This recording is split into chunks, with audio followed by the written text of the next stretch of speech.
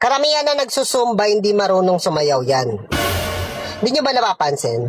Kahit may instructor na sa harapan nila, hindi pa rin sila sabay-sabay. Alam mo kung saan sila nagsasabay? Sabay-sabay silang magyayayaan sa mga inasal, sa Andy Sangyup, sabay-sabay sila magyayayaan sa birthday yan, sa piyesta. Doon sila nagkakasabay-sabay. Nagkakasundo-sundo sila sa mga chismis. Uy, si instructor.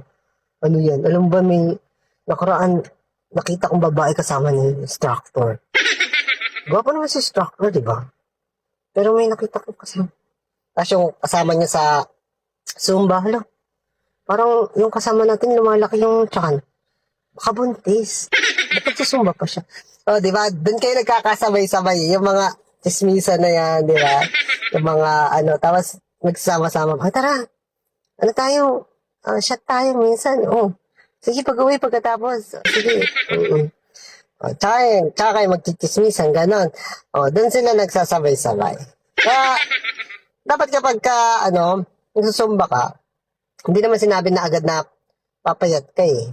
Ang sinasabi doon, yung cardio, di ba? Sa cardio yun eh, para maging healthy yung healthy, sinasabi ko?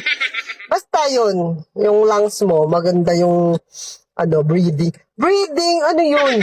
Parang breathings. Kasi na, hindi na ikaw yung ko. Tinutukoy ko. Parang nagagalit ka rin. Sabi dyan, hindi ikaw kausap ko. Walang away-away, pati-pati tayo! Dun sila nagkakasabay-sabay. Alam niyo na, ha?